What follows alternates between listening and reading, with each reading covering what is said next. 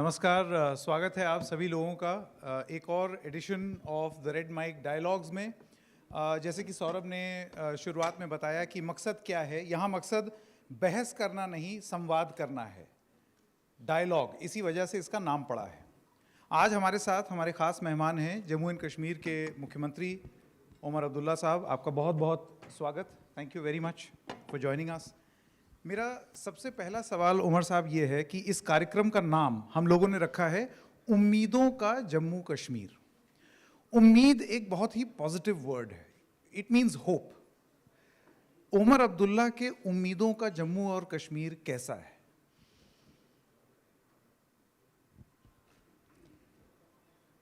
शायद वही जम्मू कश्मीर जो आपकी उम्मीदों का होगा। एक जम्मू कश्मीर जिसमें अमन हो, भाईचारा हो, एक जम्मू कश्मीर जिसमें हर मज़हब के लोग एक अच्छे माहौल में एक दूसरे के साथ रह सकें। एक जम्मू कश्मीर जिसमें जम्मू कश्मीर के जो रहने वाले हैं वो इस मुल्क की तरक्की में बराबर के शरीक हों, बराबर के हिस्सेदार हों। और एक वो जम्मू कश्मीर जो कमाई के लिहाज से अपने पैरों पे खड़े हो सके। बिल्कुल। अगला सवाल, ये माइक ठीक कर दीजिए प्लीज। उमर साहब, जिन परिस्थितियों में, जिस सिचुएशन में 370 हटा था वो किसी से छुपा हुआ नहीं है। इलेक्शन में हमारी आपकी बात हुई थी श्रीनगर में, आपने कहा था कि हमने आपसे पूछा था कि 370 पर तो सुप्रीम कोर्ट ने भी अपनी मुहर लगा दी है, तो आपने कहा था कि सुप्रीम कोर्ट की और भी बड़ी बेंच होगी और सुप्रीम कोर्ट से मुहर लगी है और सुप्रीम कोर्ट से ही मुहर हटेगी।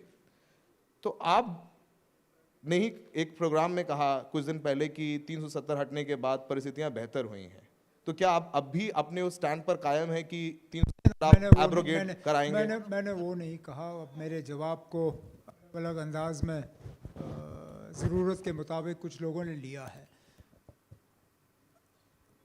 दो अलग हैं। आपने जब 370 के बारे में मुझसे पूछा था, आपने सिर्फ ये पूछा था कि अब जब सुप्रीम कोर्ट का इस पे मोहर लग गया है क्या आप मान के चलें कि जो हो गया सो हो गया। मैंने आपसे उस वक्त ये कहा था कि ये पहली मर्तबा नहीं है कि सुप्रीम कोर्ट ने 370 को लेके अपना मोहर डाला। इससे पहले भी सुप्रीम कोर्ट ने 370 के लिए मोहर डाला, उस वक्त 370 के हक में डाला, लेकिन वो बेंच इस बेंच से छोटा बेंच था। अब इस बेंच ने 370 के खिलाफ डाला। मैंने आपसे सिर्फ इतना ही कहा कि अगर इससे पहले बेंचों ने उसके हक में डाला, इस बेंच ने खिलाफ डाला, आप कैसे कह सकते हो कि कल को कोई ऐसी परिस्थिति पैदा नहीं होगी जब सुप्रीम कोर्ट को दोबारा इस विषय पे बोलना होगा और शायद उस वक्त कुछ अलग बोलेंगे। मैंने सिर्फ इतना ही कहा।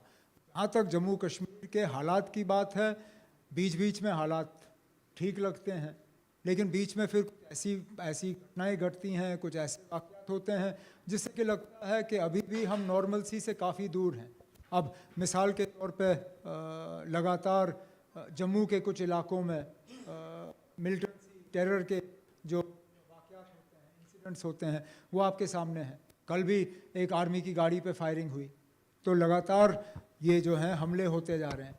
अच्छा, अगर कई सारा कुछ ठीक है तो मुझे बताइए ना, आज जामा मस्जिद में मीर वाइज उमर फारूक साहब अपने फादर इन लॉ का नमाज जनाजा जो है वो पढ़वाना चाहते थे, उस बात की इजाज़त नहीं। अगर नॉर्मल सी है तो फिर इन चीज़ों को रोका क्यों जाता है? कहीं ना कहीं तो फ़र्क है जो हम कहते हैं और जो ज़मीनी हकीकत है। उमर साहब, just want to frame this 370 question in a slightly different way by quoting Mr. Amit Shah, who said that after the abrogation of Article 370, there has been a 70% decline in total terrorism-related incidents, 81% reduction in civilian deaths, and a 48% decline in the death of security forces. This shows that a new era of happiness and peace has begun in Jammu and Kashmir. Do you agree with these statistics? क्योंकि आपकी बात से ऐसे लगता है कि इन आंकड़ों को आप challenge कर रहे हैं. No, I'm not disagreeing with the statistics. I've told you that from time to time it looks like things are improving, but then there are incidents that suggest that we haven't quite reached the point of normalcy that is being highlighted or talked about. My disagreement is not with the statistics. We can find numbers to suit any argument we want to make. My question is, how much of this progress that you have made was only possible because of Article 370. I would hazard that none of this is the result of Article 370. It is because Jammu and Kashmir was directly ruled by Government of India, and they took some measures that perhaps an elected government would not have taken. But none of those required Article 370 to be removed. I do not believe that Article 370's removal in any way contributed to the statistics that you are sharing with us here. Because this would suggest that prior to removal of Article 370, we have had no success against militancy. In fact, if you were to see, barring a few years in between, just before 2019 and perhaps a little after, I'll talk about the 6 years of my government. Every year without fail, it was a declining trend. A declining trend of militant attacks, a declining trend of security force casualties, a declining trend of civilian casualties, a declining trend of overall number of militancy incidents. Now, all of this decline took place in spite of 370 being there. So how is it that we were able to have successes against militancy in my government with 370? It should not have been possible if these statistics are only the result of 370.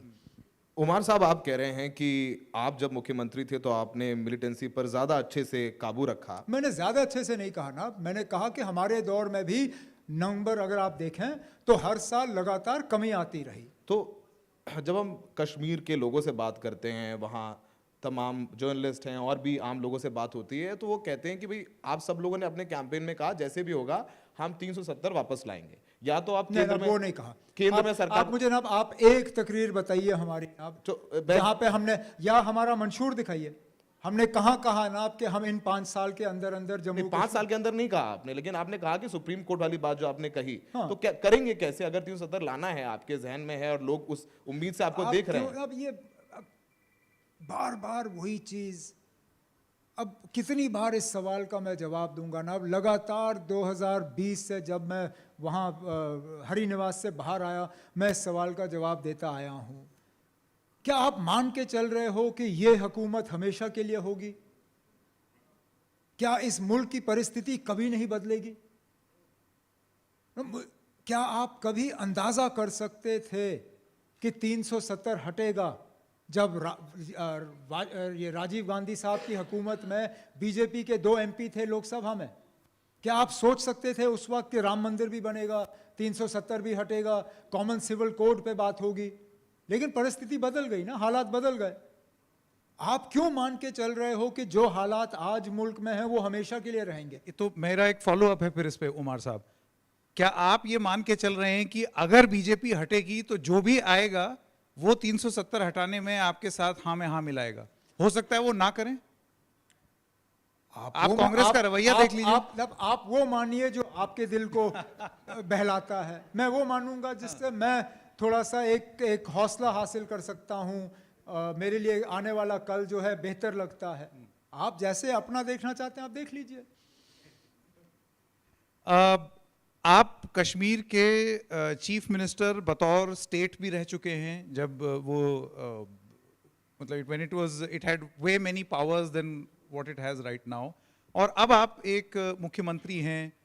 मैं आपसे इतने महीनों में जो आप office जाते हैं एक स्टडी इन कॉन्ट्रास्ट जानना चाहता हूं। क्या आपको ये महसूस हुआ है कि उमर अब्दुल्ला के इकबाल में पहले थोड़ा ज़्यादा था, अब थोड़ा कम है? अफसरों से आप कैसे बात करते हैं? कैसे महसूस नहीं होगा? हाँ। मैं जानता हूं कि जिन अफसरों के साथ मैं काम कर रहा हूं उनको ना मैंने लगाया है ना मैं हटा सकता हूं, ये मैं जानता हूं। अब आप मुझे बताइए ना, अब आपकी जो कंपनी है, आपके जो मुलाजिम हैं, अगर उनको लगाने और हटाने में आपका कोई रोल नहीं है, वो आपके मुलाजिम आपकी बात क्यों सुनेंगे ना? वो तो उन्हीं की बात सुनेंगे जो लगाने और हटाने वाला काम करते हैं। तो उस हद तक थोड़ा सा फर्क तो आ ही जाता है। लेकिन मैं मान के चलता हूँ ना आपके ये यूटी विद असेंबली वाला जो है ना, ये कहीं नहीं होना चाहिए। उमर ये लोगों के साथ धोखा है। इस मुल्क में दिल्ली की अलग परिस्थिति है, मैं दिल्ली की बात नहीं करूंगा, लेकिन इस मुल्क में या रियासत होने चाहिए या यूटी होने चाहिए, और यूटी में असेंबली मत रखिए। वो लोगों के मैंडेट के साथ धोखा है, क्योंकि आप हुकूमत बनाते हो लेकिन हुकूमत को जो तमाम इख्तियारात होने चाहिए वो आप नहीं देते हो। अगर आपने यूटी रखनी है असेंबली मत रखिए, अगर असेंबली रखनी है तो रियासत रखिए। ये हाइब्रिड वाला सिस्टम मत रखें। हाइब्रिड। उमर साहब, आप चूंकि विपक्ष की भी बात कर लेते हैं, संजय सिंह साहब यहाँ बैठे हुए हैं, आम आदमी पार्टी के सांसद हैं। विपक्ष में जो भी, या विपक्ष के नेताओं की जो सरकारें रहीं, केंद्र में विपक्ष लेकिन राज्य में सरकारें रहीं, तो एक तो केजरीवाल मॉडल था जो हमने देखा, एक नवीन पटनायक मॉडल था, जगन मोहन रेड्डी मॉडल था, यानी कुछ मुद्दों पर केंद्र के साथ हो जाओ, उनसे दोस्ती बना करके रखो और बाकी अपना स्टेट में जैसे चलाना है अपने हिसाब से चलाते रहिए। अब इस बीच जैसे अब गर्मी आ रही है धीरे धीरे, तो पहाड़ों पर कश्मीर में बर्फ पिघलेगी, तो आपके और मोदी साहब के रिश्तों के बीच भी सुनिए, मैं सुन रहा हूँ। हाँ, आपके और मोदी साहब के रिश्ते के बीच भी थोड़ा कुछ बर्फ पिघली है। उन्होंने अभी हाल ही में आपको मोटापे के खिलाफ कैंपेन शुरू किया, आप बहुत तगड़ा अच्छा दौड़ते हैं, श्रीनगर मैराथन आपने दौड़ी, तो उन्होंने आपको ब्रांड एम्बेसडर बनाया। तो ये भी एक कोई नया मॉडल आप बना रहे हैं मोदी साहब के साथ।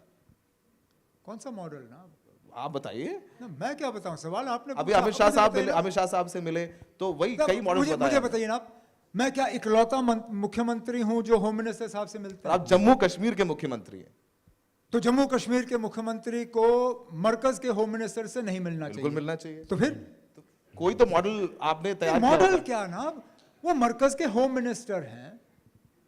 अगर हम यूटी ना भी होते, आपने ना, मैं जब 6 साल जम्मू कश्मीर का मुख्यमंत्री इससे पहले था, क्या उस वक्त आप गिनते थे कि मैं चिदम्बरम साहब से कितनी बार मिला, मैं अपने शिंदे साहब से कितनी बार मिला? उस वक्त तो आप लोगों को अजीब नहीं लगता था कि मैं मरकजी होम मिनिस्टर से मिल रहा हूँ। आज क्योंकि होम मिनिस्टर साहब बीजेपी से ताल्लुक़ रखते हैं तो मेरा उनसे मिलना जो है आपको अजीब लगता है। होम मिनिस्टर जिस भी पार्टी के हों, जम्मू कश्मीर के जो हालात हैं, बिना होम मिनिस्टर से मिले हुए आप काम करोगे ही नहीं। और इस मामले में यूनिक सिचुएशन है जम्मू एंड कश्मीर में, ये किसी से छुपी हुई नहीं है। लेकिन मेरे ख्याल से सौरभ जो सवाल पूछना चाह रहे थे, हमने देखा एक politics of confrontation Arvind Kejriwal की, कि भिड़े रहो, लड़े रहो, हक की लड़ाई के नाम पर एक राजनीतिक फ्रंट। संजय सिंह इसको अटेस्ट भी करेंगे, उस चक्कर में जेल भी हुआ है। तो मैं वो एक मॉडल है कि आप साथ में दिखें, कि अगर लोकसभा में कुछ एमपीज चाहिए कोई बिल पास करने के लिए तो जगन नवीन पटनायक मॉडल। तो मैं आपसे ये जानना चाहता हूं कि आप अपने आप को किस खांचे में फिट करते हैं, या किसी भी खांचे में नहीं ना। जैसे जैसे हालात आगे बढ़ते रहेंगे, हमारे जो मरकजी हुकूमत के साथ ताल्लुकात हैं वो अपने हिसाब से बदलते जाएंगे। But you want it to be congenial. मुझे बताइए ना, हाँ, जब अभी फिलहाल मरकज की हुकूमत ने झगड़े की कोई गुंजाइश नहीं रखी, अभी मैं क्यों झगड़ा करूं ना? क्या उन्होंने मेरे पैसे रोके हैं?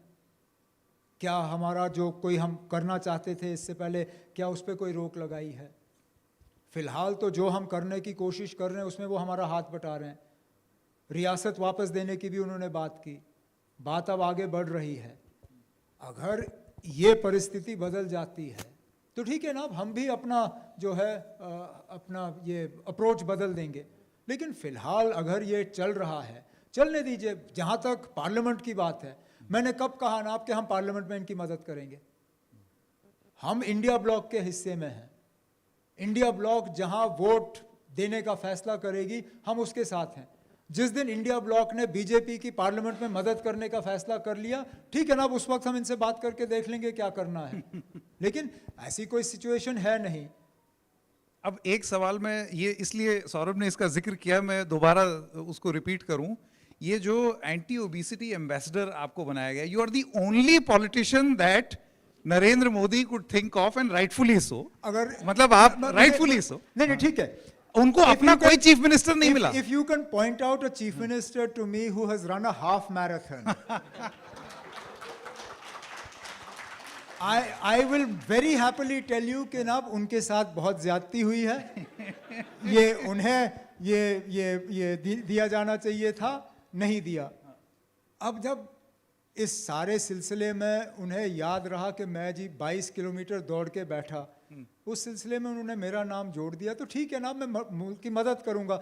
Look, why do we see everything from a political prism? Obesity is not a political problem. Let's face it, it's not. It's a social problem. It's not unique to one political party or the other. Now, if the Prime Minister feels that my voice can help, chalo, if nothing else, putting me there has sparked a debate. You're talking about obesity. Half the Prime Minister's job is done. अगर मेरी जगह किसी BJP के नेता को डाला होता, आज आप ये बात कर नहीं रहे होते. आज हम मजबूरन ओबेसिटी पे बात कर रहे हैं क्योंकि उन्होंने मेरा नाम डाला. आपके स्टेट में भी बात होती है इसकी? उमर अब्दुल्ला से लोग पूछते हैं कि आपको क्यों चुना? फिलहाल तो नहीं, लेकिन आपस में बात कर रहे होंगे. उमर साहब, 8 तारीख का दिन था, तो उस 8 फरवरी के दिन में 2 चीजों पे बड़ी चर्चा हुई. 8 फरवरी? 8 फरवरी को दिन क्या हुआ? दिल्ली इलेक्शन बता रहा रिजल्ट्स. हूँ. अच्छा, दिल्ली इलेक्शन. एक तो आम आदमी पार्टी की हार की, दूसरी आपने एक ट्वीट किया, बड़ा 10-10:30 बजे ही कर दिया था, एक साधु बाबा आप लेकर के आए. लड़ते हाँ, रहो. साधु बाबा आप लेकर के आए, और बड़ा मजाकिया था कि लड़ो लड़ो, खत्म कर दो एक दूसरे को और लड़ो. सो ये जो विपक्षी एकता की आपने जो है उस दिन बड़ाई की, उसके लिए जो आपने ये साधु बाबा ढूंढ के लाए, तो इस विपक्षी एकता को आज आप कहाँ देख रहे हैं? यहाँ तो है संजय सर को, इसीलिए हमने कहा कि फिलहाल कुछ खास दिखता नहीं है, और इसी बात पे मैंने वो ट्वीट डाला, क्योंकि हम आपस में ज़्यादा लड़ रहे हैं जिसकी शायद इतनी ज़रूरत है नहीं. लेकिन अब मैंने ये बीच में भी कहा, लेकिन उस चीज़ को फिर तोड़ मरोड़ के पेश किया गया. इंडिया ब्लॉक को ये तय करना होगा कि हम किस चीज़ के लिए हैं. अगर हम सिर्फ पार्लियामेंट इलेक्शन एक साथ लड़ने के लिए थे, तो हमें फ़िलहाल अपने आप को डिसॉल्व करके 2029 के पार्लियामेंट इलेक्शन से पहले दोबारा फिर जमा होने पे सोचना चाहिए. लेकिन अगर हम एक ब्लॉक हैं और हम मिल के बीजेपी का मुकाबला कर रहे हैं, तो फिर वो सिर्फ पार्लियामेंट तक ही नहीं है, फिर हमें राज्यों में भी एक साथ मिल के इलेक्शन लड़ना होगा, जो हम नहीं कर रहे हैं. पंजाब में हमसे नहीं हो सका, दिल्ली में नहीं हो सका, हरियाणा में नहीं हो सका, जम्मू कश्मीर में मुश्किल से हमने बचाया, वहाँ पे भी लास्ट मोमेंट तक लग नहीं रहा था कि हो पाएगा, लेकिन चलिए हो गया.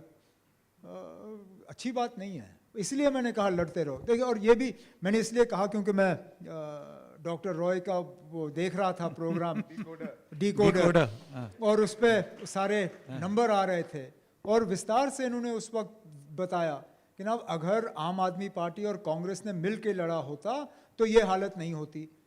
जितने वोट से अरविंद केजरीवाल साहब हारे, उतने वोट, उससे ज़्यादा वोट तो कांग्रेस के उम्मीदवार ने लिए.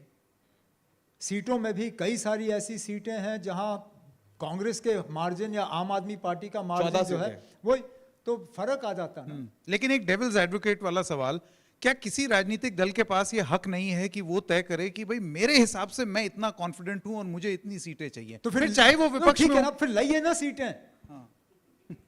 किसने कहा नहीं ना? आप कॉन्फिडेंट हैं तो बिल्कुल होना चाहिए. ये आप जो कह रहे हैं, हम अपनी जगह, इसीलिए जब कांग्रेस के साथ जम्मू कश्मीर में हम बात कर रहे थे, तो एक सीमा से नीचे हम आने के लिए तैयार नहीं थे, क्योंकि हमने कहा था हम इतनी सीटें लेके आएंगे.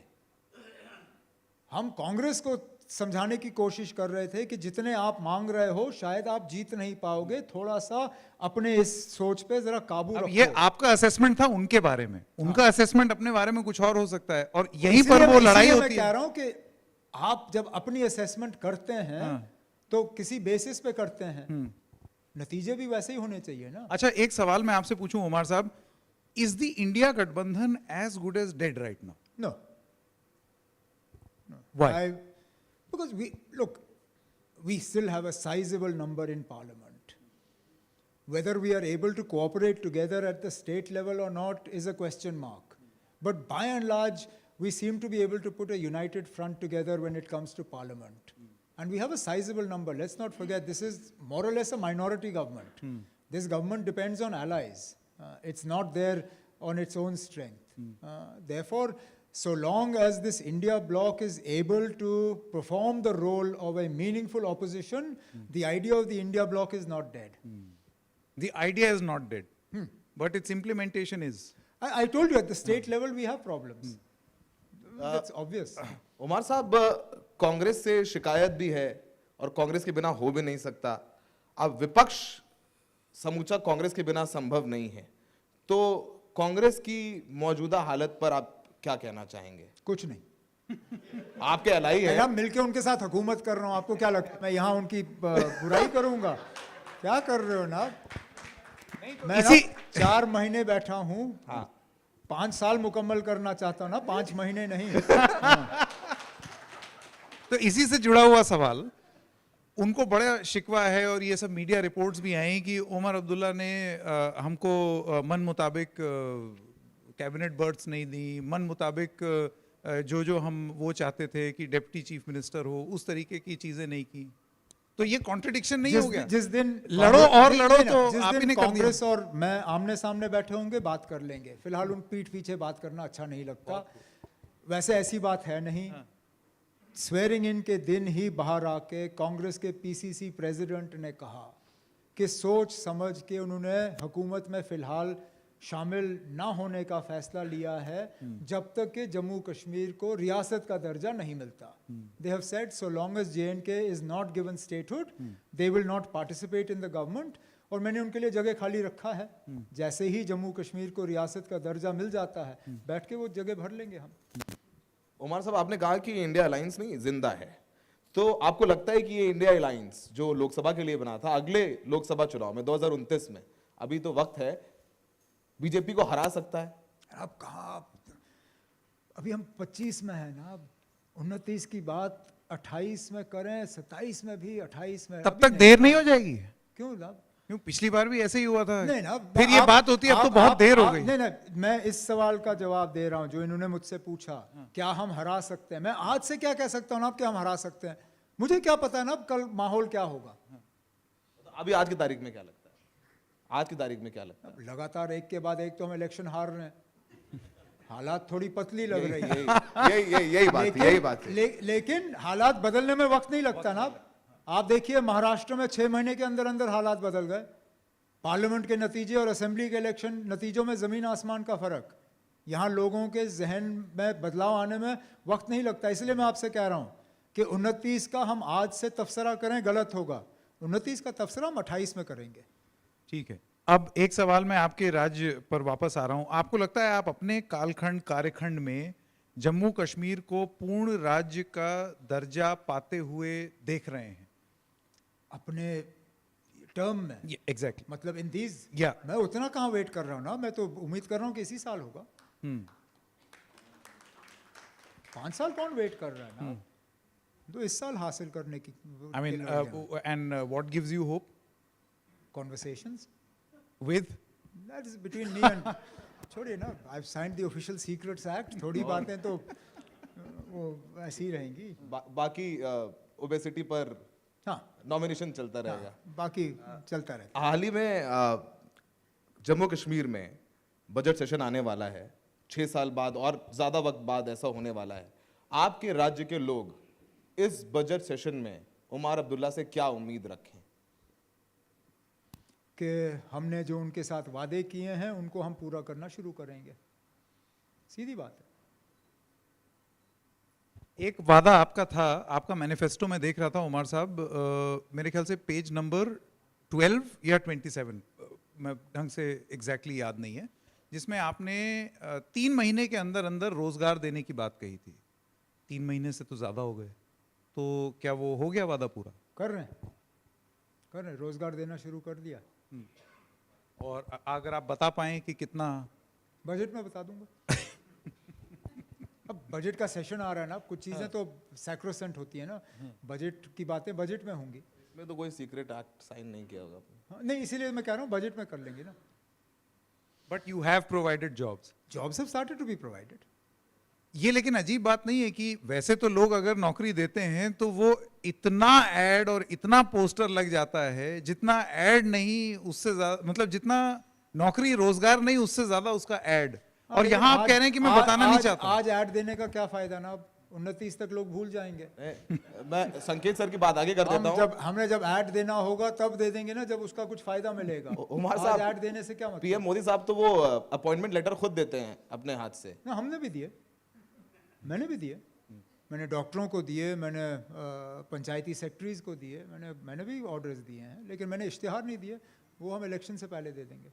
अच्छा, तो आप फिक्र करेंगे, लेकिन उसका जिक्र चुनाव के वक्त करेंगे। अब जब फायदा होगा तभी जिक्र करना चाहिए ना। आज जिक्र करने का क्या? तो ये आप- आज तो हम अपना काम कर रहे हैं। तो आप मानते हैं कि रोजगार जो है वो चुनाव में फायदा पहुंचाता है ये मुद्दा, और इस वजह से इसका जिक्र उचित होता है। जब आप काम करते हो तो काम का फायदा तो मिलना ही चाहिए ना। एक सवाल आपके स्टेट से रिलेटेड मैं पूछना चाहता हूँ। ये जम्मू में जो कटरा है, वहाँ पर एक रोपवे बनने की बात चल रही है, और आई एम श्योर आपने भी देखा होगा, उसको लेकर के बहुत बवाल चल रहा है। जम्मू में इस चीज़ को लेकर के भी बहुत चिंता है कि ये तो सीधे दिल्ली से ट्रेन हो जाएगी श्रीनगर, तो फिर हम लोगों का होटल कैसे चलेगा, हम लोगों का रोजगार कैसे चलेगा? क्या ऐसा कुछ ज्ञापन आपके पास आया है, सम मेमोरेंडम, सम सजेशन? लोगों ने जिक्र जरूर किया है। जम्मू में है ये डर, जम्मू में ये डर है क्योंकि उन्होंने पठानकोट के साथ यही होते हुए देखा। एक वक्त ऐसा था कि जम्मू कश्मीर तक रेल पहुंचती नहीं थी। जम्मू कश्मीर पहुंचने के लिए आपको पठानकोट में उतरना पड़ता था, और उस वक्त पठानकोट की एक अपनी खासियत थी। लेकिन जब रेल पठानकोट से जम्मू पहुंची तो पठानकोट की वो अहमियत रही नहीं। आज जम्मू में भी लोगों को यही डर है कि पहले तो रेल कटरा पहुंची तो यात्री डायरेक्ट कटरा जाते हैं, अब जब रेल डायरेक्ट श्रीनगर पहुंचना शुरू हो जाए तो जम्मू में ये डर है, और इसलिए हमें जम्मू का खास ख्याल रखना होगा टूरिज़्म के लिहाज से, जो हमारी कोशिश होगी। और उसका जिक्र मैं फिर वही कहूँगा कि बजट में इसका हम जिक्र करेंगे।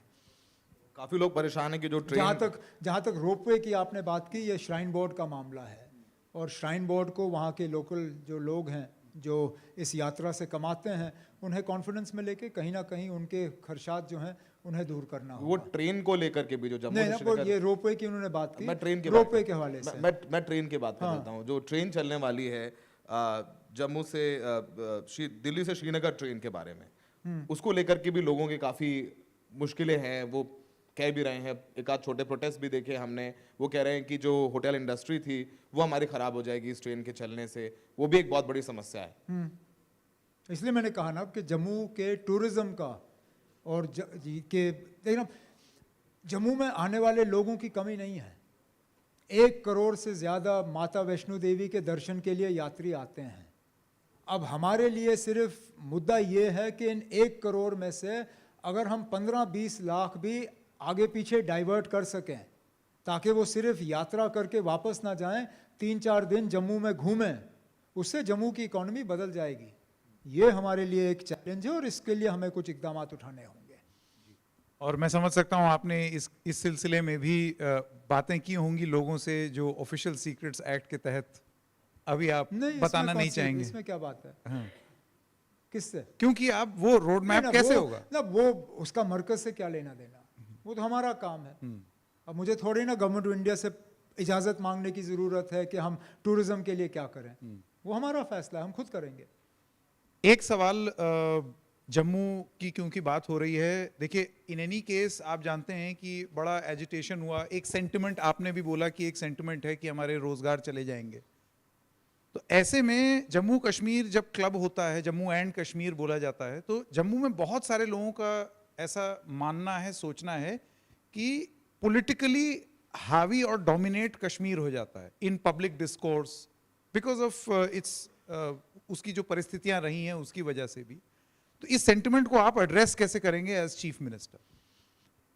मेरे गवर्नमेंट को देखिए ना, आप क्या एड्रेस नहीं किया। 6 मिनिस्टर हैं, देख लीजिए।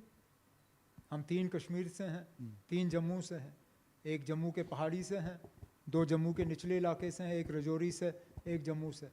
कोशिश की ना एड्रेस करने की। जम्मू का डिप्टी चीफ मिनिस्टर है। इस बात के बावजूद कि ये मेरे दादा की हुकूमत के बाद पहली मर्तबा है कि एक ही पार्टी से सीएम और डिप्टी सीएम दोनों, इससे पहले जब डिप्टी सीएम बनते थे वो अलायंस की मजबूरी होती थी। मुफ्ती साहब पीडीपी के थे तो डिप्टी सीएम कांग्रेस के थे। महबूबा मुफ्ती पीडीपी की चीफ मिनिस्टर थी तो बीजेपी का डिप्टी चीफ मिनिस्टर था, मैं चीफ मिनिस्टर था तो कांग्रेस का डिप्टी चीफ मिनिस्टर। ये पहली मर्तबा है कि बिना कोई कोलिशन प्रेशर के चीफ मिनिस्टर भी और डिप्टी चीफ मिनिस्टर दोनों एक ही पार्टी के। वो इसलिए कि हम जम्मू के लोगों को ये एहसास दिलाना चाहते थे कि हम आपसे अलग नहीं हैं, ये आपकी हुकूमत है। बेशक चीफ मिनिस्टर कश्मीर का है लेकिन हुकूमत जम्मू कश्मीर की है। अब लद्दाख की बात कर लेते हैं। वैसे लद्दाख एक वक्त जम्मू कश्मीर का हिस्सा था। जब आप पिछली बार मुख्यमंत्री थे तो लद्दाख आपके जिम्मे था, अब नहीं है। सोनम वांगचुक ने बहुत प्रोटेस्ट किया कि वहाँ 6th शेड्यूल लागू किया जाए। यहाँ पर दिल्ली में भी आए, उनको पुलिस ने डिटेन कर लिया, उनके साथियों को अलग अलग रखा गया। तो लद्दाख का भी अपना एक मसला है। जम्मू कश्मीर के मुख्यमंत्री हैं लेकिन लद्दाख का भी एक मुद्दा है।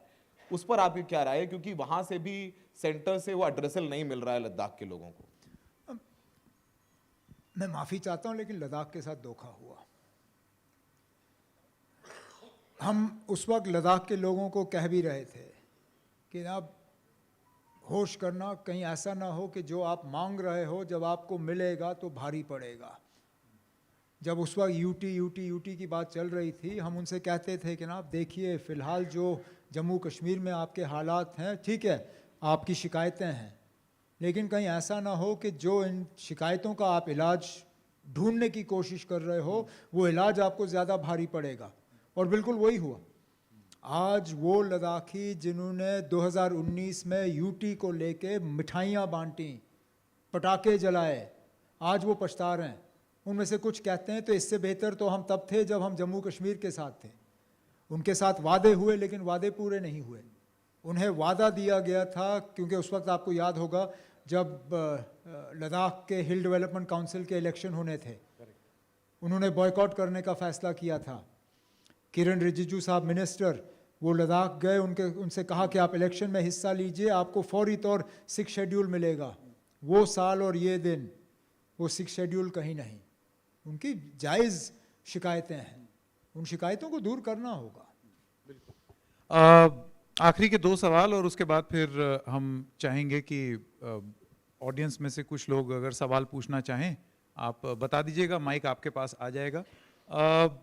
उमर साहब, जम्मू कश्मीर की एक पार्टी है पीडीपी, और पीडीपी के कुछ नेता आजकल सिग्नेचर कैंपेन करा रहे हैं कि अल्कोहल बैन हो जानी चाहिए जम्मू कश्मीर में, और वो कह रहे हैं कि हम बहुत कस के ये मुद्दा बजट सेशन में भी उठाएंगे।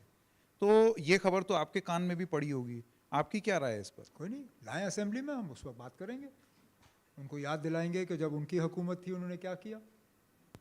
बड़ा आसान है सिग्नेचर कैंपेन करना, उस वक्त क्यों नहीं किया जब उनकी हुकूमत थी 3 साल। लेकिन फ़िलहाल स्पीकर साहब ने हम सब पे ये रोक लगाई है। उन्होंने कहा है कि जो बिल्स फ़िलहाल हाउस में एडमिट नहीं हुए हैं उन पे तबसरा नहीं होना चाहिए।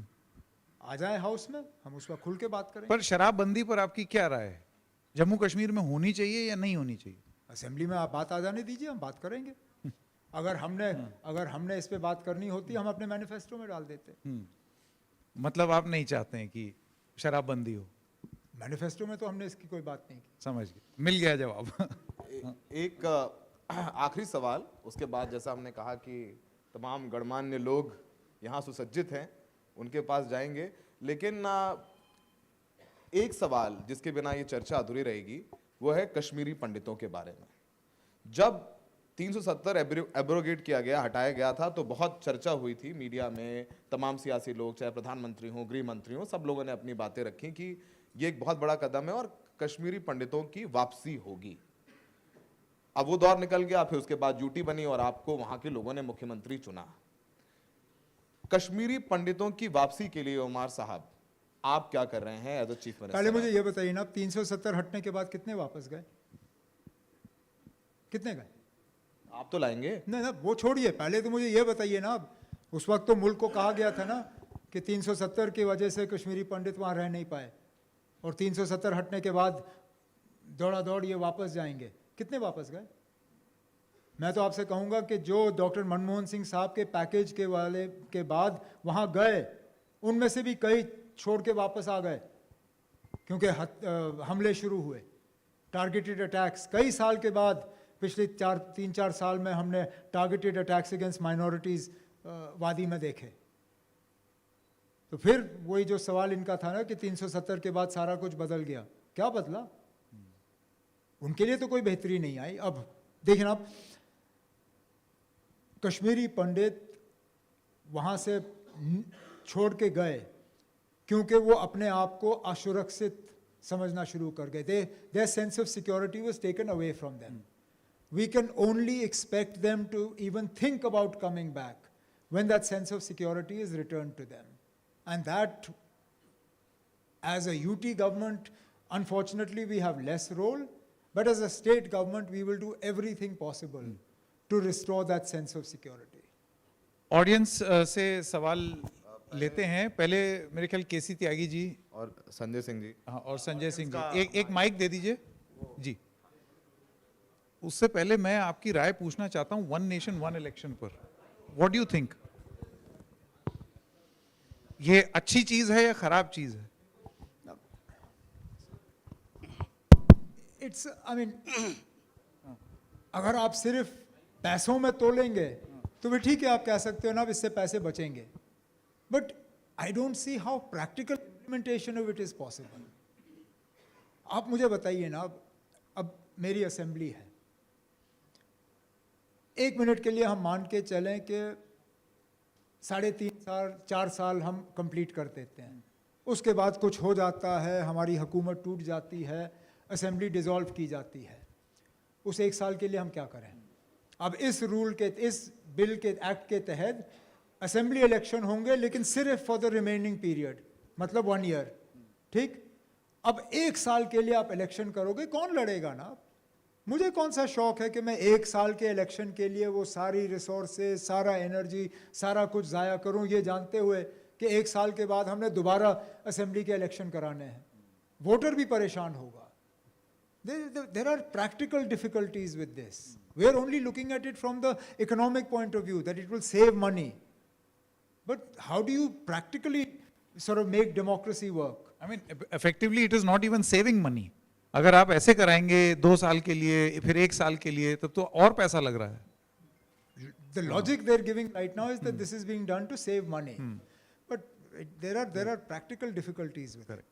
Aside from the fact that it seems to be targeted against smaller political parties. Correct. Umar साहब, 1952 में जो दिल्ली डिक्लेरेशन था, उसमें जो जो चीज़ें तय हुई थी मरकज़ के और शेख साहब के बीच में, तो 20-22 साल की जो उनकी गिरफ्तारी डिटेंशन हुआ, तो सारा डाइल्यूट हो गया था, तो 370 में तो कुछ बचा नहीं था। आप कैसा सोचते हैं इस बारे में?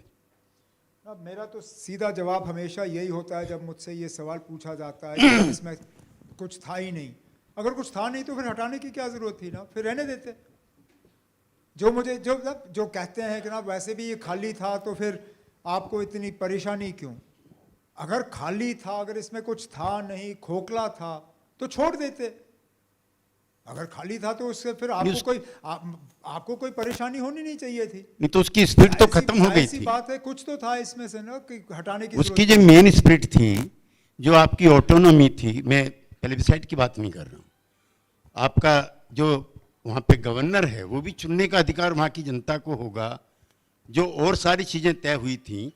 तो 1953 में शेख साहब की गिरफ्तारी के बाद, और दूसरा मेरा ये कहना है कि 1978 को छोड़ करके और 52 को छोड़ करके जितने भी चुनाव वैली में हुए सारे रिग्ड पोल थे, और वही एक मेन कारण है वहाँ की इंसर्जेंसी। मैं माफ़ी चाहता हूँ ना, मैं आपकी बड़ी इज्जत करता हूँ, लेकिन बिल्कुल यही बात इस्लामाबाद से आती है। Oh my God. मैं माफ़ी चाहता हूँ, इसलिए मैंने कहा मैं आपकी बड़ी इज्जत करता हूँ, लेकिन ये जो आपने बात की कि वहाँ कभी साफ सुथरे चुनाव नहीं हुए हैं, ये हमारे पड़ोसी भी कहते हैं, ये फारूक साहब भी कहते रहे। मैं अब 3 बार सांसद रहा हूँ, 3 बार असेंबली में। अगर आप कहते हो ना मैं चोरी करके जीता हूँ, तो फिर मैं माइक नीचे रख के चला जाता हूँ ना। क्योंकि जनाब अगर मैं चोरी से बना हूं और मेरे ही मतलब मुल्क के लोग कहते हैं ना कि आप चोरी के इलेक्शन जीत के आए हो, फिर मेरा क्या काम है अब यहाँ बैठना। और इस इलेक्शन की, चलो पिछले इलेक्शनों की मैं बात ही नहीं करूँगा, ये जो अभी 4 महीने पहले इलेक्शन हुआ ना, मुझे एक बंदा दिखाइए जम्मू कश्मीर का जिसने ये कहा हो कि धांधली हुई है, जिसने ये कहा हो ना एक भी पोलिंग बूथ पे रीपोल की जरूरत नहीं पड़ी। करिए मुकाबला ना बिहार और छत्तीसगढ़ और मध्य प्रदेश और इन जगहों से, कितने रीपोल वहाँ लगातार बुलाए जाते हैं। जम्मू कश्मीर में एक भी रीपोल की जरूरत नहीं पड़ी, एक भी इल्ज़ाम इलेक्टोरल मैलफिसेंस का नहीं। 52, 57 और 62 में भी नहीं। अब आप कहाँ पीछे जा केसी रहे हैं? सर, अब आपने तो बात कहा आगे कि बढ़ाते हैं। अच्छा, दो वो इलेक्शन छोड़ के संजय जी, कोई भी इलेक्शन साफ सुथरा नहीं रहा। विपक्षी एकता के बारे में लड़ो अगर आप कहते हो कि डॉक्टर फारूक साहब भी ये कहते हैं, तो क्या फारूक साहब ये कहते हैं कि 96 में जो उनको मैंडेट मिला वो चोरी का मैंडेट था ना? मैं जो इलेक्शन हारा भी हूं, मैंने उन इलेक्शनों भी चोरी का इल्जाम नहीं लगाया। मैं 2002 में अपनी सीट हारा, हम हुकूमत नहीं बना पाए, लेकिन मैंने कभी ये नहीं कहा कि इलेक्शन हम चोरी से हारे। मैंने कभी मशीन को दोषी नहीं ठहराया। मैं 2014 में हुकूमत 6 साल करने के बाद मैं इलेक्शन हारा। मैं 2 सीटों पर लड़ा, एक हारा एक जीता। एक बार भी मैंने नहीं कहा कि मैं चोरी से इलेक्शन हारा हूं। मैंने कहा लोगों की नाराजगी थी, लोगों ने मुझे वोट नहीं दिया, मैं हारा। अगली बार मैं लोगों को का जो है मैंडेट हासिल करने की कोशिश करूंगा।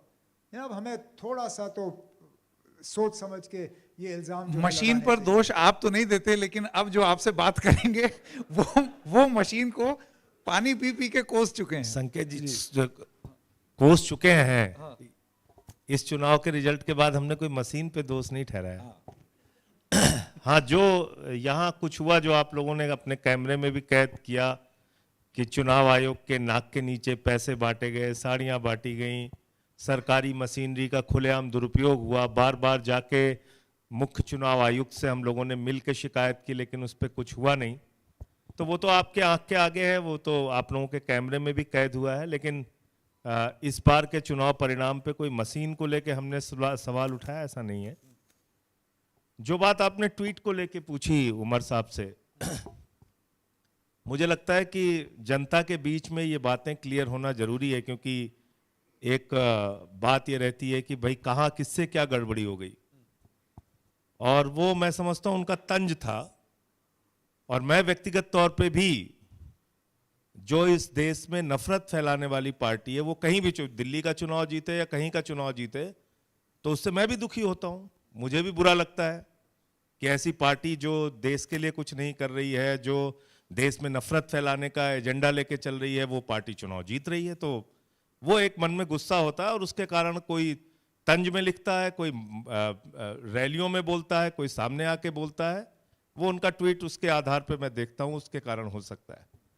लेकिन जो विपक्षी एकता का सवाल है, वो आपकी जानकारी के लिए मैं बता दूं कि हरियाणा के चुनाव में हमारी तरफ से बहुत पॉजिटिव प्रयास हुआ, और हरियाणा के चुनाव पे हमें बहुत पॉजिटिव सिग्नल जो कांग्रेस पार्टी के सबसे आला नेता हैं उनसे मिला, और कहा गया कि आपको 6 सीटें मिलेंगी।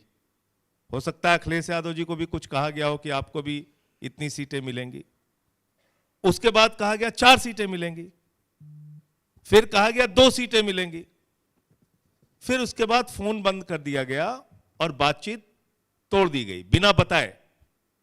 अब क्या आप इसको एक पार्टी जो गठबंधन की सबसे बड़ी पार्टी है उसका सही और जायज रवैया मानेंगे?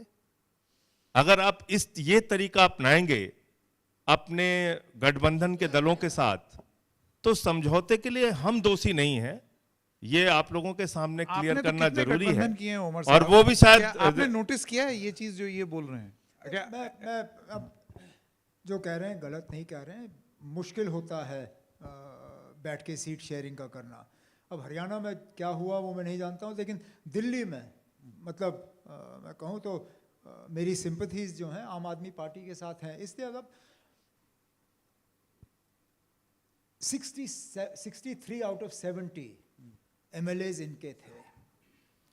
अब कोई भी सीट शेयरिंग अरेंजमेंट करने के लिए इनको अपनी जीती हुई सीटें जो हैं वो छोड़नी पड़ती, क्योंकि मुमकिन नहीं होता कि ये कांग्रेस को कहते ना कि 63 हमारे तो 7 आपके, वो बनता ही नहीं।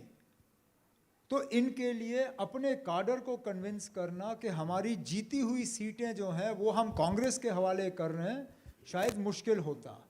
अब चलिए जो हुआ सो हुआ, अब मैं उसमें नहीं जाऊंगा, कम से कम लेकिन आम तौर पे अलायंस टॉक जो है वो आसान नहीं होते। एक चीज उन्होंने और जिक्र की, सॉरी मैं सौरभ को टोक रहा हूँ, उन्होंने बोला कि अपना बीजेपी ने नफरती एजेंडा फैलाया। मैं आपसे आपकी राय जानना चाहता हूं कि आप क्या मानते हैं कि सेंट्रल गवर्नमेंट, केंद्र सरकार में जो पार्टी है वो चुनाव जीतने के लिए नफरत फैलाती है? आपकी क्या राय है? हमने तो ऐसी तकरीरें देखी हैं। कौन सा इलेक्शन है जिसमें कोई इस तरह की बातें नहीं आती? अगर सबसे ऊपर पैमाने पे नहीं तो निचले लेवल पे, अगर सेंट्रल लेवल से नहीं तो स्टेट के कुछ चीफ मिनिस्टर से, कहीं ना कहीं तो बातें आ ही जाती हैं ऑन बिहाफ ऑफ बीजेपी। और एक चीज और, वन नेशन वन इलेक्शन पे जो आपने पूछा, तो उसकी जेपीसी में हूं, अंदर की बात पे नहीं बोल सकता, लेकिन जो पब्लिक डोमेन में है वो आपकी जानकारी के लिए बता दूं। उसमें सिर्फ इतना नहीं है कि अगर 2 साल में गवर्नमेंट गिर गई तो अगला जो चुनाव होगा वो अनएक्सपायर्ड पीरियड के लिए होगा, यानी कि 3 साल के लिए होगा। और अगर 1 साल बाद फिर गिर गई सरकार तो फिर अगला चुनाव जो होगा वो 2 साल के लिए होगा। यानी कि जो पैसा बचाने के लिए और मॉडल कोड ऑफ कंडक्ट लगने की वजह से काम रुकने की बात आप दे रहे हैं, दोनों तर्क आपके फेल हो जाते हैं, क्योंकि 5 साल में आपको 3 चुनाव कराने पड़ेंगे और 3 बार मॉडल कोड ऑफ कंडक्ट लगाना पड़ेगा। और मॉडल कोड का हमसे पूछिए ना, पिछले साल 2 इलेक्शन हुए, पार्लियामेंट जो 2-2.5 महीने चली और फिर असेंबली जो 1.5 महीने चली। हमारे यहाँ पिछले साल तो काम ही नहीं हुए। और 2 खतरनाक रिकमेंडेशन है जिसको मैं समझता हूं पूरे देश में चर्चा होनी चाहिए।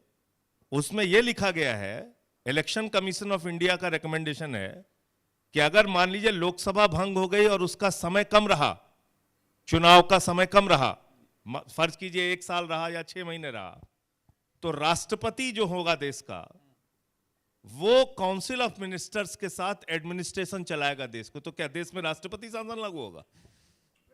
ये लिखा हुआ है इलेक्शन कमीशन ऑफ इंडिया की रिकमेंडेशन। उसका 82A का 5th क्लॉज उसका पढ़िए, उसमें लिखा हुआ है कि इलेक्शन कमीशन ऑफ इंडिया जब इस ओपिनियन का होगा कि इस राज्य में चुनाव कराने लायक नहीं है, तो वो राष्ट्रपति को रिकमेंडेशन भेजेगा और वहां का चुनाव टल जाएगा। ये सब रिकमेंडेशन है।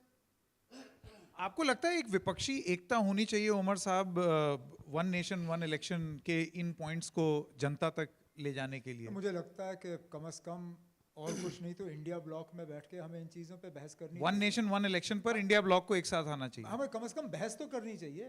हमने इस पे बात ही नहीं की। अब मैं कुछ ऐसी चीज़ें सुन रहा हूँ जिसके बारे में आमतौर पे चर्चा हो ही नहीं रही है। हम इंडिया ब्लॉक वाले इससे पहले कब मिले थे? पार्लियामेंट इलेक्शन के नतीजों के फौरन बाद खरगे साहब के घर पे। उसके बाद हमारी कोई बैठक नहीं हुई। बीच में कई सारी बातें हुई, कुछ रियासत के इलेक्शन आए, वन नेशन वन इलेक्शन की बात आई, और भी बातें आई। कम से कम बैठ के हमें इन चीज़ों पे चर्चा तो करनी चाहिए। विजय त्रिवेदी सर जी। अब्दुल्ला साहब, एक तो बहुत मुबारकबाद कि एक फिट चीफ मिनिस्टर जो है जम्मू कश्मीर को देख रहा है। अब तो प्राइम मिनिस्टर ने भी उसको रिकग्नाइज कर दिया। मुद्दा यह है कि आपने चर्चा की, उससे मुझे ये समझ में आया कि केंद्र सरकार और जम्मू कश्मीर सरकार के बीच में फिलहाल कोई कन्फ्रंटेशन नहीं है। आपने कहा कि सरकार जो आपको चाहिए वो मदद कर रही है। दूसरा, आपने कहा संकेत के सवाल में कि जम्मू कश्मीर की जो रियासत है वो फिर से मिल जाएगी, इसका मतलब कन्फ्रंटेशन नहीं है। लेकिन मेरा सवाल दूसरा है कि आपने भारतीय जनता पार्टी के 2 प्रधानमंत्रियों के साथ काम किया। एक अटल बिहारी वाजपेयी के साथ, उस समय तो आप दिल्ली में ही बैठा करते थे। अब नरेंद्र मोदी जी के साथ हैं, तो क्या दिल्ली से श्रीनगर के बीच दिलों की दूरी कम हुई है? और आप वाजपेयी जी और नरेंद्र मोदी को खास तौर से जम्मू कश्मीर के रेफरेंस में कैसे देखते हैं?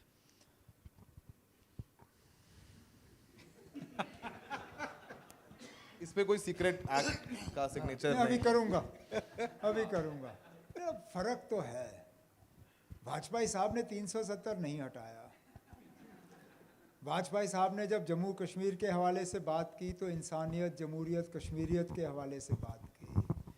वाजपेयी साहब ने जब बात की तो सरहदों पे आके कहा कि हम दोस्त बदल सकते हैं, पड़ोसी बदल नहीं सकते।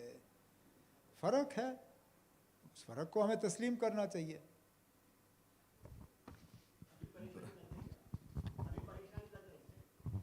जब लगेगी तो बताऊंगा।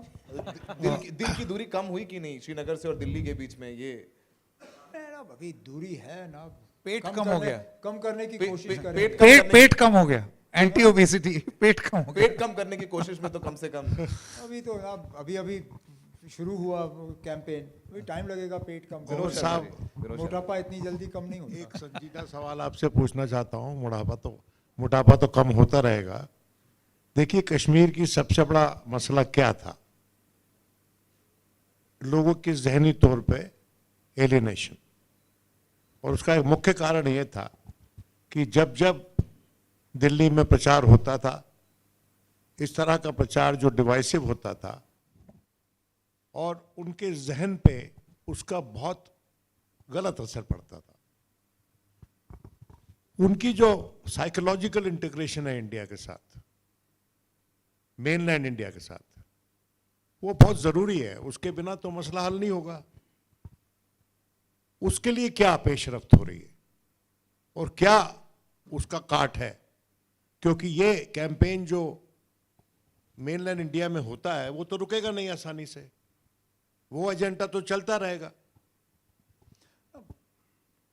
ये तो सही है कि जो डिविसिव कैंपेन बीच बीच में होता है उसका असर जम्मू कश्मीर पे तो पड़ेगा ही पड़ेगा ना। लेकिन वो तो उन लोगों को सोचना है जो उस तरह के कैंपेन का इस्तेमाल करते हैं। हमारे कहने पे तो वो रोकेंगे नहीं। लेकिन आप इशारा तो कर सकते हैं अपनी बातचीत में कि देखिए, इसका डाउन साइड है कि जो हम कर रहे हैं उस प्रांत में, ये सब उसको निगेट करता है। अपने ही काम को हम खराब कर रहे हैं। जब हमने ये बात दबी अल्फाजों में नहीं, खुल के कही है बीच बीच में। जो जिन डिविसिव बातों की आप जिक्र कर रहे हैं, उनकी जब हम आलोचना करते हैं तो इसलिए तो करते हैं ना कि उनका असर जो है जम्मू कश्मीर में लोगों के जहन पे पड़ता है। एक सवाल वहां से लेते हैं, Aditya Raj Kaul.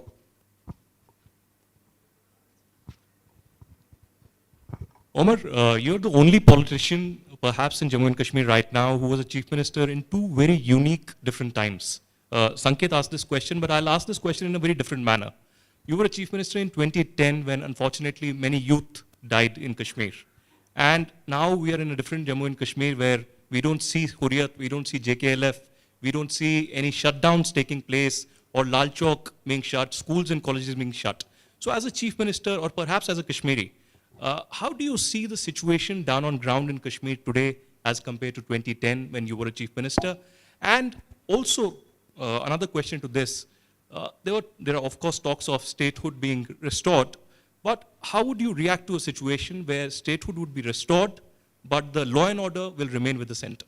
I'm sure that's a situation you would love because that fits in with your sort of assessment of Jammu and Kashmir. But there is no model in India where you have a full state without all powers. So unless you are envisaging a situation where Jammu and Kashmir would be treated uniquely, I don't see how this will work. And if you plan to treat Jammu and Kashmir uniquely, please explain to me what 5th August 2019 was about.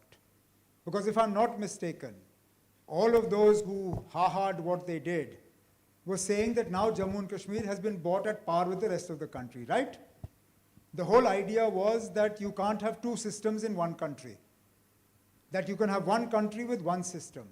If it's one country with one system, then how can you now propose a new system just for Jammu and Kashmir? You have to treat us at par.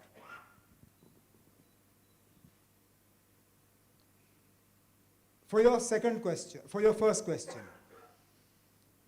if what is happening in Jammu and Kashmir today is organic, nothing like it. If it's driven out of fear, then you have a problem. Because you can only control a situation out of fear for a limited time. If it's organic, it will remain forever. But I will hazard that the forces and the people who you talk to in Jammu and Kashmir, even they don't believe it's organic. Because if they believed it was organic, they wouldn't have closed Jama Masjid to Mirwais Umar Farooq to stop him from having his father-in-law's namaz-e-janaza. And the reason they cited for stopping him from having his father-in-law's namaz-e-janaza was they feared a law and order situation breaking out. A law and order situation doesn't break out when normalcy is organic. It breaks out when normalcy is forced. And therefore, what you have in Jammu and Kashmir in parts today is not an organic normalcy. It's a forced normalcy. And this is because you're trying to run Jammu and Kashmir through the second model that you're proposing, where governance will not have a role in law and order and security. I will hazard that there are limitations to the second model you are proposing, because you will never be able to carry the population as partners in normalcy unless the elected government is part of the paradigm. जल्दी से दो और सवाल last में ले लेते हैं. गुलाम Jilani and then गुलाम जिलानी और विजेंद्र जी. पहले गुलाम साहब. जी. You've got loads of people waving at the back. Umar Saab, my question is Only if you have time, we can carry on if you want.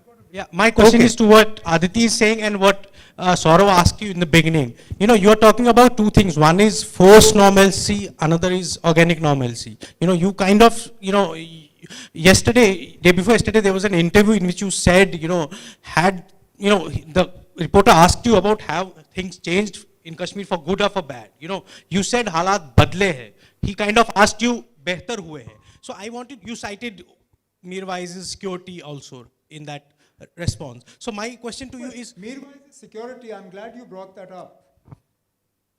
Mirwais' security is again an indicator that things are not normal. If you need to protect the Mirwais with CRPF, how can you claim normalcy?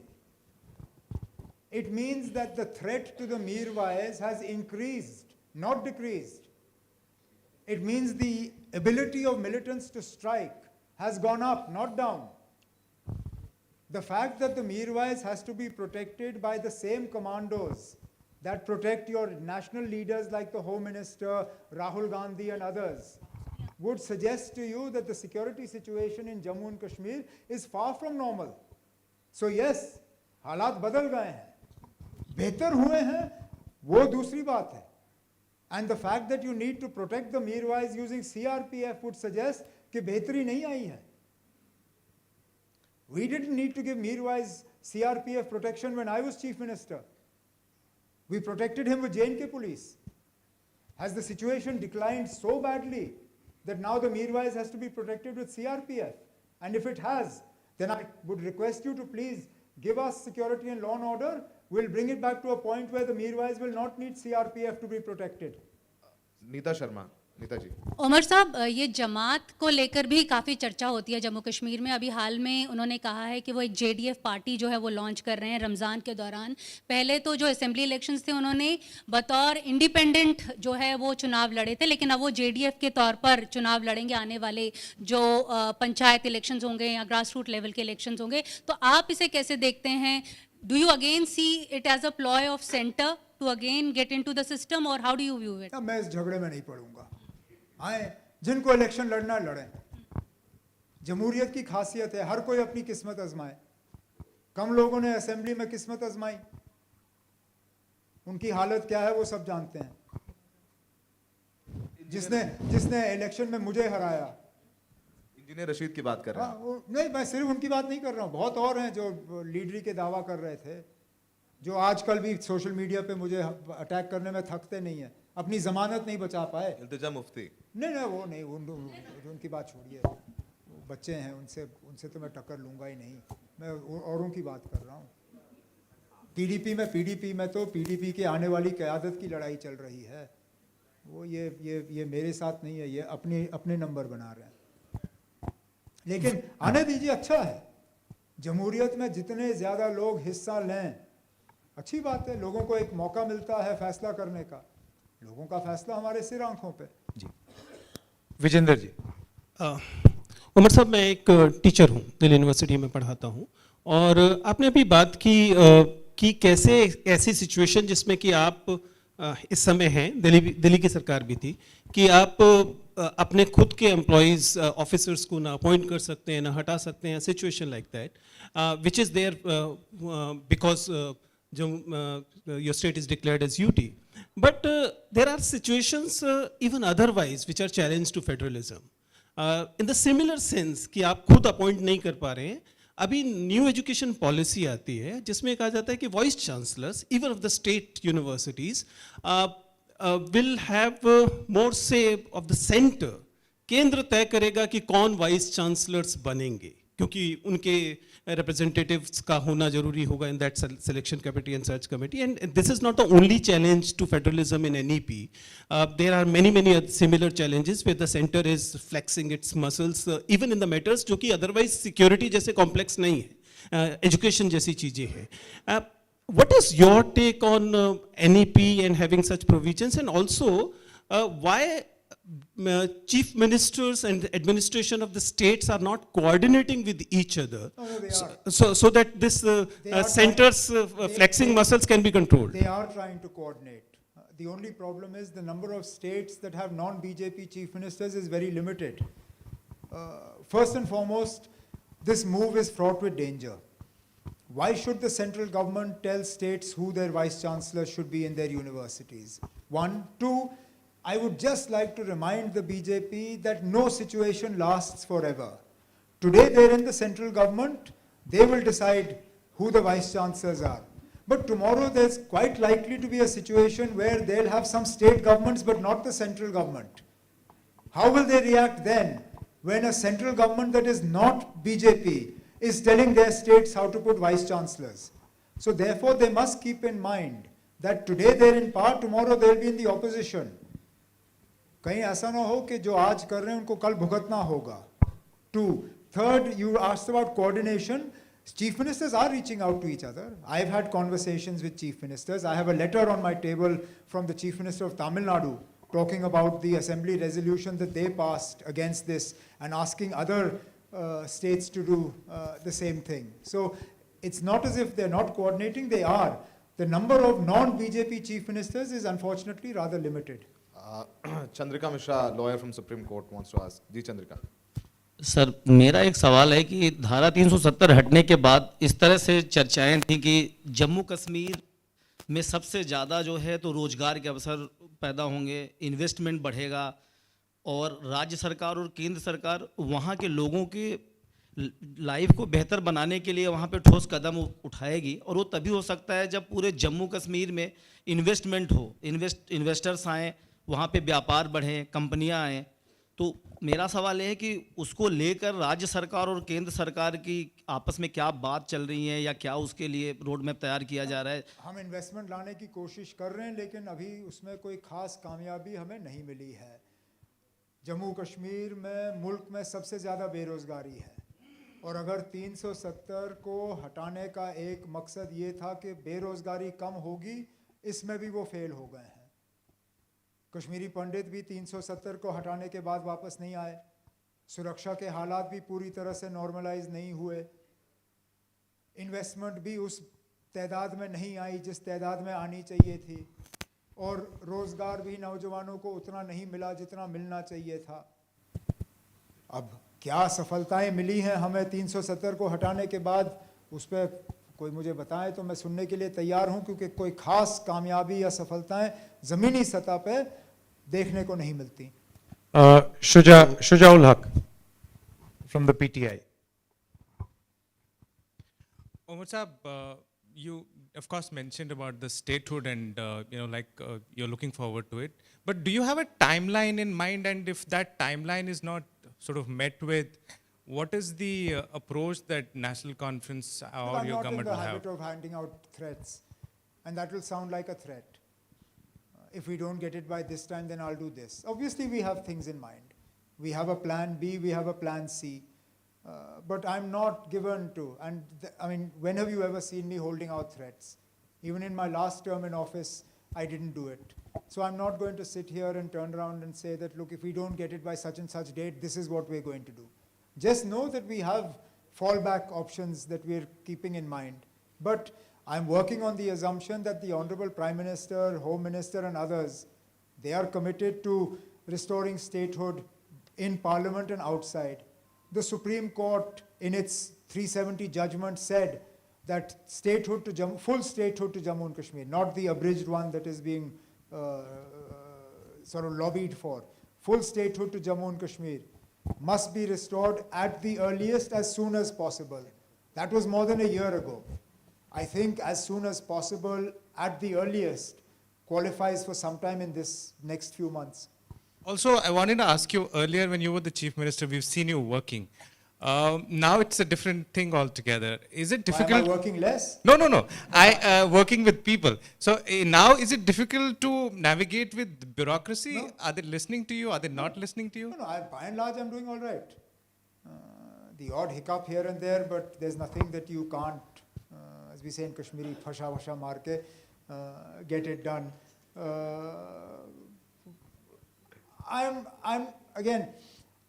I'm not given to complaining. It's not in my nature to make excuses कि ये काम नहीं करने दे रहे हैं, वो हम नहीं हो रहा है, कर रहे हैं. We're doing it. ये तंज And we will continue to do it. सही जगह पहुंच गया People of Jammu and Kashmir have put us there to do a job. We'll do the job to the best of our abilities. And I'll carry the bureaucrats with me, even if I had no role in putting them there. I think सवाल और जवाबों का सिलसिला चलता रहेगा, लेकिन क्योंकि इनको भी आगे चलते रहना है तो जी पूछ लें आखिरी सवाल आप. Take two more and then. Two more? All right. Hers and one more and then we can go. So then Your job. You have the difficult job of deciding who. yeah, Leher and then We can have two ladies ask a question. One will be Leher and Thank you. The gender parity just went up in this room. So I'm Leher sir, and my father served in the Indian Army. And both my parents actually happened to be from Jammu and Kashmir. My mother was, she's Dogri. So my father was posted in Kashmir quite a bit while we were growing up, you know. And I've been to a lot of the areas like Surankot, Punch, Rajouri. हम लोग रहे हुए हैं वहाँ पे, हमने काफ़ी कुछ देखा हुआ है वहाँ पे. So insurgency used to be there. It's always been there. But my father, you know, there was a certain dignity about it. Like when he spoke about terrorists also, he used different language to address them. And even when he was talking about, you know, war prisoners, there was a certain language that was used to address them. What I am seeing now, and I'm talking about my own personal observations, is that the language that we used to use has completely changed, and there's a certain politicization of the Indian army. It's not like insurgency pehle nahi hoti thi. There weren't, you know, processes in place wherein the army would go in and fight with the terrorists, you know. In fact, it was tougher, but they still used to do it, but it was not in the news. We weren't so gung-ho about it. So it is kind of scary because what's happened, I would just like to hear what your views on it. Do you feel that it's also transferred? Because, you know, when you're talking like that about the next person being an enemy, I think it also transfers to the common person. So that is something that I would really like to hear your views upon. And the second thing is, I went back to Kashmir after a really long time. You said what positive has come out. What positive I saw was that tourism probably has gone up. People feel safer traveling to Kashmir. So I went to Kashmir in May. Can I ask you sort of supplementary to the second part of your question? Of course. Was the removal of 370 necessary for the tourists to start coming? I personally do not think that it made That's my point. But to many See, other people. people.